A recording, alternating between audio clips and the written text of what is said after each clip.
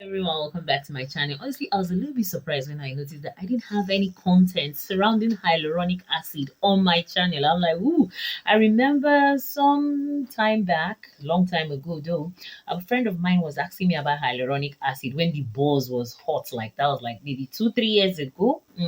Because sometimes it's almost like a new product comes on the market, there is a special PR for that product, and boom, it blows up. And after a while, when it's not really what the hype, it now comes back to the level where it was found in the first place.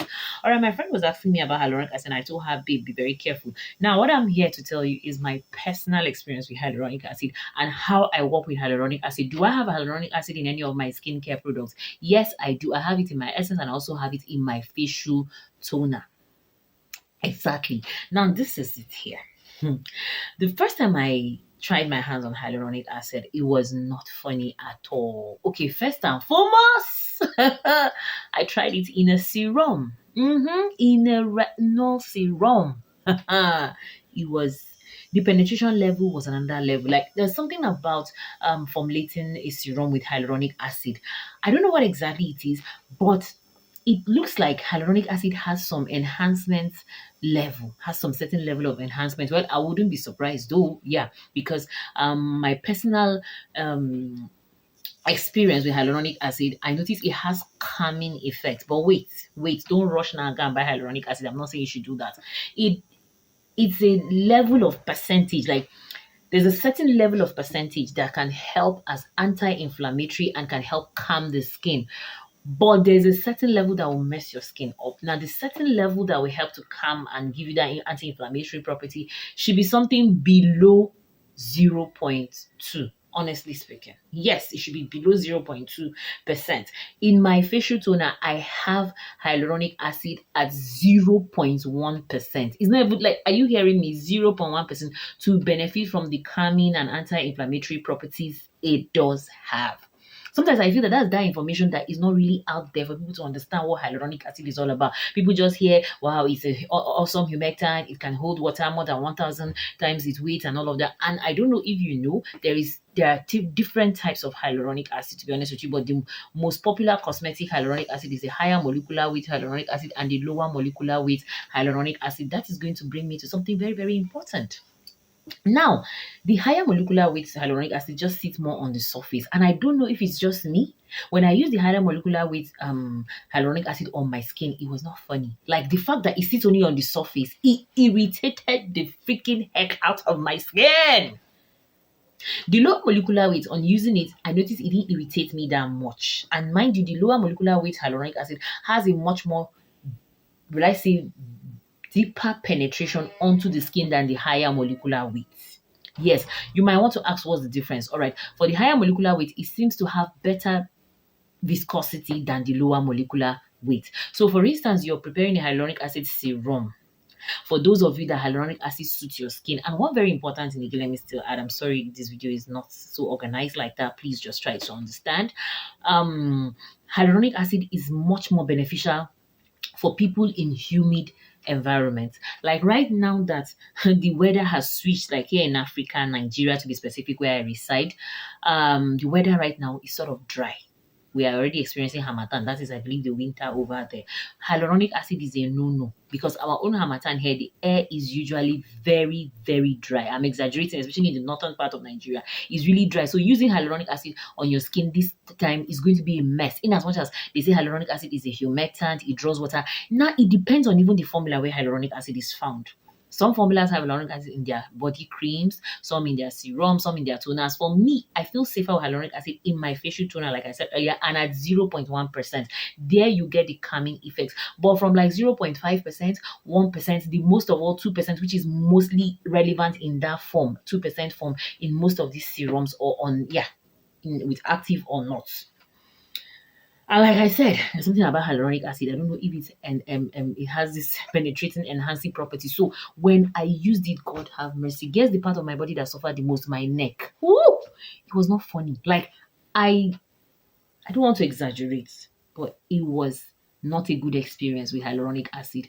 And you know how I don't want to use the word stupid because at that point I felt that okay, maybe I should keep using it. My skin will get used to it, just like other actives like retinol, vitamin C, azelaic acid, all those axes. When you keep using it after a while, your body sort of understands them.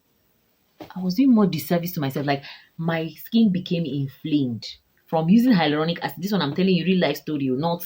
And it was the higher molecular weight. Okay, I'll say I experienced more irritation using the higher molecular weight than I did the lower molecular weight. And there was something I noticed when I combined the higher molecular weight and the lower molecular weight in a serum. I now noticed that I didn't get that aggressive irritation any longer. So what am I trying to say? I got more irritation from using higher molecular weight hyaluronic acid than I did lower molecular weight hyaluronic acid. Is hyaluronic acid something so special to me? No.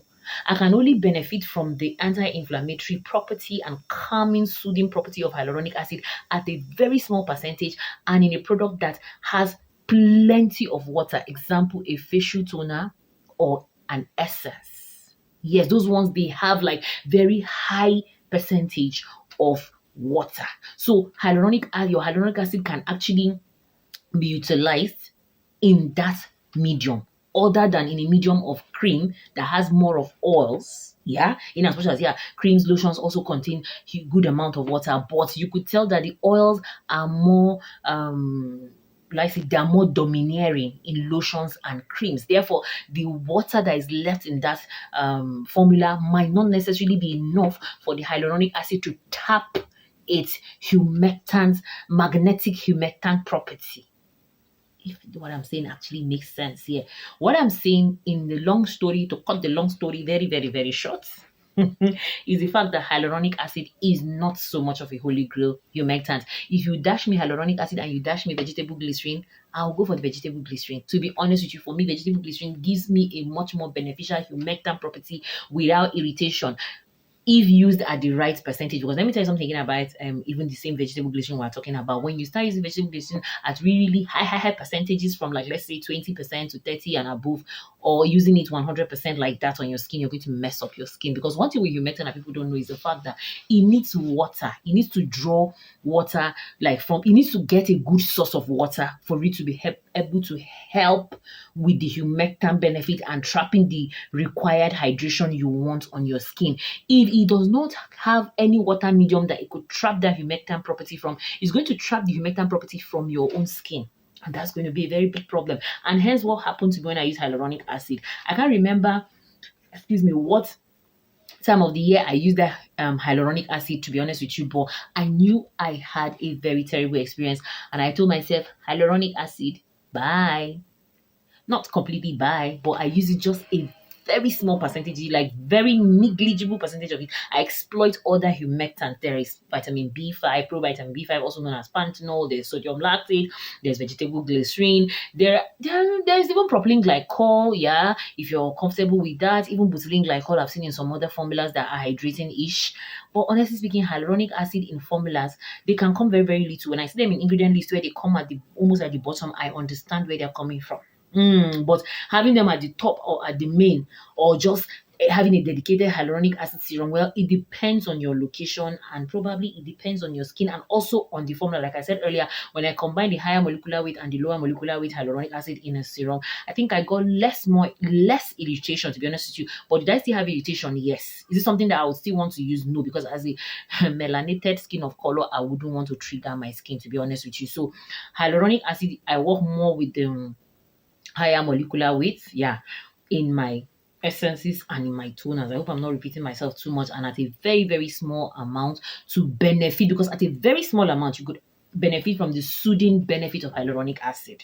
Hence the reason why all of those amazing, beautiful properties, but at a particular percentage that it could deliver. When it goes higher, so what am I trying to say? More is not more. In fact, in everything, in every skincare, cosmetic active, more is not always the best. If I sit here and start listing them, we might not finish this video here, but more is not really more. There's usually a manufacturer usage rate that you will benefit from. So hyaluronic acid is not something that you should really create a budget for. And when it was at its peak, it was so expensive. But now, I wanted to give you the gist of that, my experience with hyaluronic acid and retinol, but I'm even ashamed of myself, but that's by the way. Let's hope to see each other again in another video. Thank you so much. If you watched this point, don't forget to subscribe to my channel, like the video, drop your comment in the comment section, and more content like this are on the way. Thank you.